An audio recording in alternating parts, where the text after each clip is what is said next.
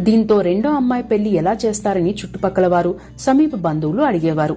దీంతో తాను బ్రహ్మాండమైన సంబంధం తెస్తానని శ్యామలాదేవి గారి తల్లి చెప్పేవారట. చిన్నతనం నుండే శ్యామలాదేవి గారికి దైవభక్తి ఎక్కువ. శివపార్వతులను, సాయిబాబాను ఆరాధించేవారు. తల్లి కూడా ఎక్కువగా పూజలు చేస్తుండేవారు. అలా శ్యామలాదేవి గారికి కూడా పూజలు అలవాటయ్యాయి.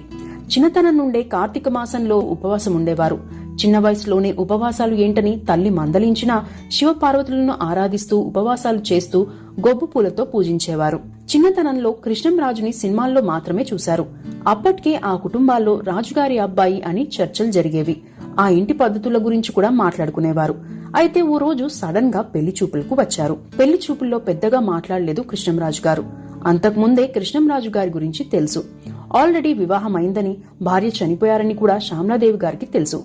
అయితే కృష్ణంరాజు గారి మంచితనం తెలిసిన శ్యామలాదేవి గారు తాను కృష్ణంరాజుని పెళ్లి చేసుకోవడం ఇష్టమే